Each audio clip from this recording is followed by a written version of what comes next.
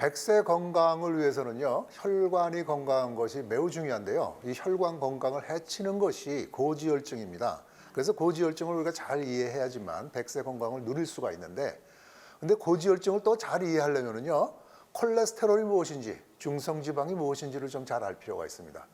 콜레스테롤이 뭔가요?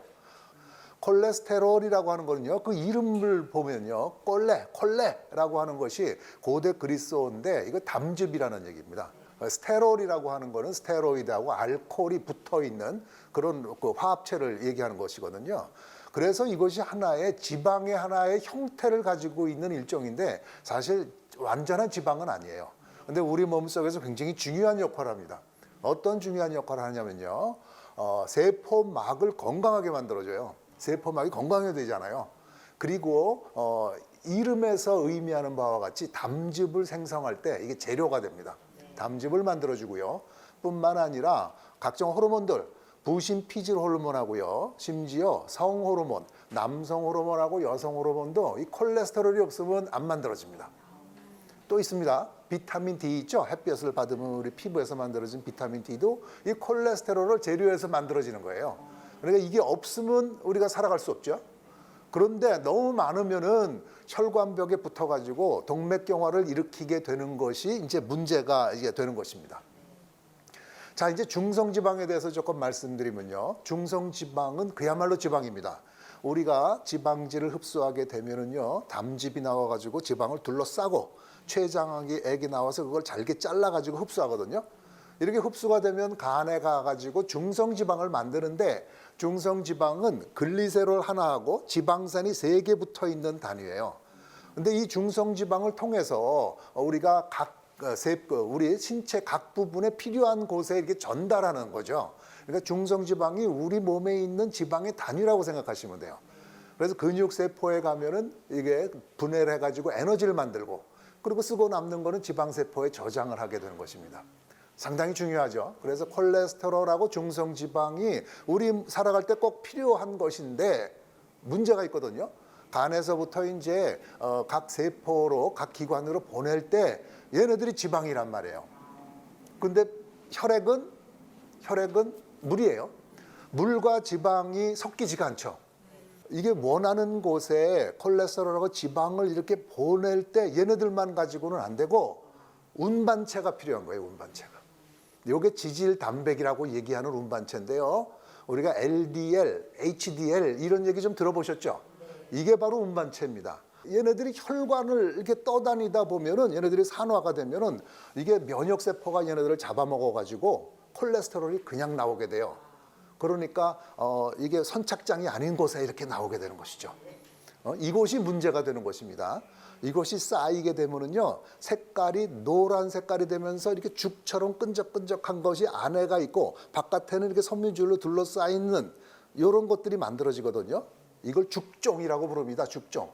그러니까 상상을 해보면 혈관이 이렇게 툭 튀어나왔는데 그 안에 노란 죽처럼 생겼고, 이게 죽자예요. 사실은요, 이게 죽이 나는 노란색이라고 해서 대나무 죽자인 줄 알았더니 죽이라고 하는 것도 한자어더라고요. 그래서 죽처럼 안에는 물렁물렁하다, 바깥에는 딱딱한 것이 튀어나오는 것이 있다.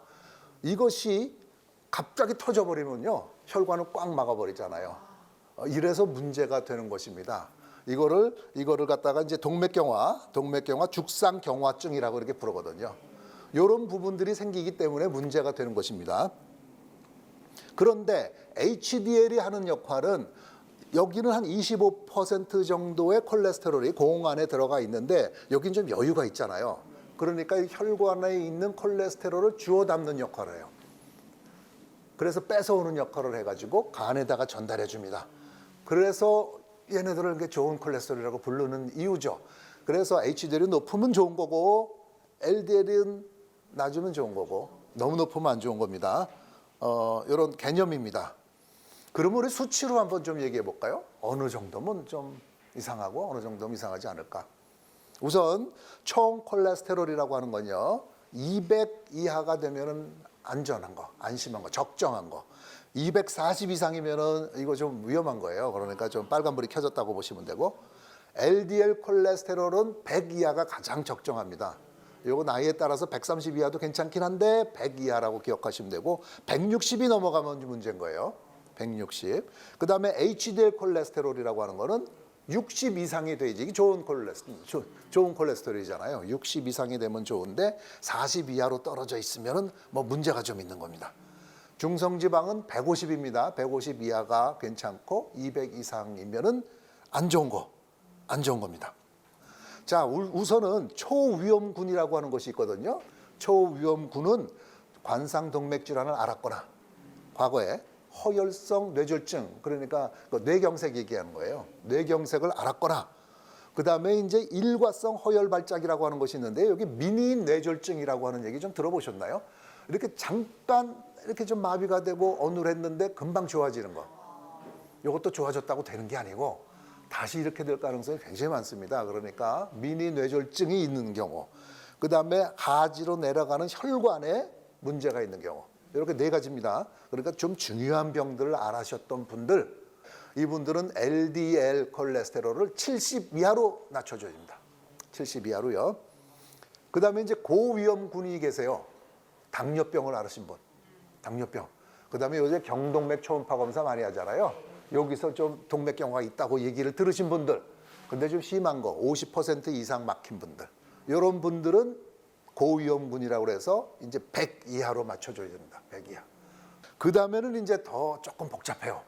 처음에 흡연, 담배 피시는 분들, 두 번째 고혈압, 혈압이 높으신 분들, 그리고 HDL 콜레스테롤이 40 이하인 분들, 검사를 해보니까 40 이하인 분들, 그 다음에 나이가 많으신 분들인데 남자는 45세 이상, 여자는 55세 이상, 그 다음에 마지막으로 심근경색이라든지 뇌졸중의 가족력이 직계가족 중에서 가족력이 있으신 분들 몇 개 해당하시죠? 없으세요? 나이도 아니고? 좋으시다. 저는 2개나 있습니다. 그래서 2개 있으시면은 2개 이상이면은 130 LDL 콜레스테롤을 130 이하로 맞춰야 되고, 그리고 1개 이하인 경우에는 160 이하로 맞춰주면 돼요. 160. 그래서 자기 거를 딱 목표를 정했죠. 이제 건강검진 같은 데서 이렇게 검사해서 딱 받으면은 나는 안심이다 아니다가 이게 딱 나오는 겁니다. 높은 거 안 높은 거가. 콜레스테롤 내리는 약을 총칭해서 스타틴이라고 얘기를 하죠. 스타틴이라고 얘기를 하는데 이 부분이 이렇게 콜레스테롤이 만드는데 그 합성하는 과정을 갖다가 억제해가지고 만들어지지 못하게 만드는 거예요. 우리 몸에서 만들어진다고 그랬잖아요. 그런데 이 스타틴이라고 하는 약이 이거 이상의 효과가 있다는 것이 자꾸 밝혀지고 있는데 죽종을 갖다가 견고하게 만들어주는 역할을 해요. 그러니까 터지지 않도록.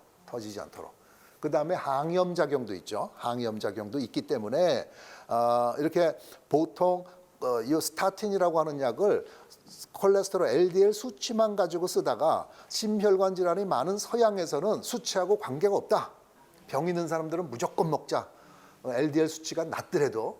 그런데 여기 좀 문제가 있죠. 많은 분들이 얘기를 들으신 것 같더라고. 이거 많이 먹으면 당뇨병이 생긴다 라고 하는 거, 이제 요즘 하도 건강상식이 많으니까요. 맞을까요? 틀릴까요?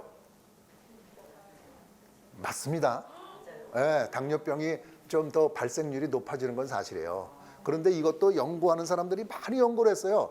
이 당뇨병 생기는 위험률이 더 크냐? 콜레스테롤 먹어서 얻는 이득이 더 크냐? 이득이 훨씬 크다는 거예요. 그러니까 당뇨병에 대해서 걱정하지 말고 일단은 먹자라고 하는 것이 이제 문제 되는 것입니다. 간 기능을 살짝 올려주기도 해요. 그래서 저는 항상 이 스타틴이라고 하는 약을 처방한 다음에 한 달 후에 간 기능 수치를 봅니다. 그래서 간혹가다 높아지시는 분들도 계시거든요. 그러면 뭐 종류가 많으니까 좀 다른 걸로 바꾸든지 양을 줄이든지 이렇게 가면 되고, 그 다음에는 이제 중성지방에 문제가 있는데요. 중성지방도 200이 넘어가고 특히 500이 넘어가는 경우는 굉장히 심한 경우거든요. 이때는 좀 약을 드셔야 되는데 처음에 첫 단추는 콜레스테롤 내리는 스타틴입니다.